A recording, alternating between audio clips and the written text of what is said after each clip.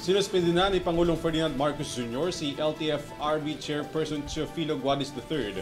Kasunod ito ng napapabalitang may korupsyon umano sa loob ng hinahawakan nitong ahensya. Si Ashley Lupena para sa detalye ng balita.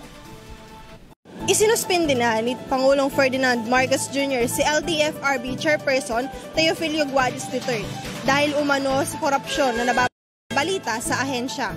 Sinuspinde ni Pangulong Ferdinand Marcos Jr. si Land Transportation, Franchising and Regulatory Board Chairperson Teofilo Guadis III dahil umano sa nababalitang korupsyon.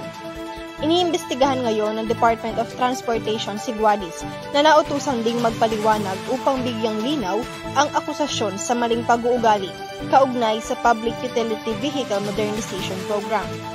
Sinabi ni Transportation Secretary Jaime Bautista na magpapatuloy lamang ang ahensya sa pagtigil sa maling opisyal na sinasamantala ang kanilang posisyon. Pinagpaliwanag ito matapos lumabas ang mga alegasyon ng katiwalian, partikular na ang mga akusasyon ng maling pag-uugali hinggil sa PUVM program. Samantala, nagbigay naman si Guadis ng pahayag na patuloy ang pakikipagtulungan nito sa ibang ahensya upang matiyak ang patas na serbisyo sa mga stakeholders. Sinuspinde si Guadis matapos may maglabas na isang former senior executive assistant ang di umano'y korupsyon sa loob ng board.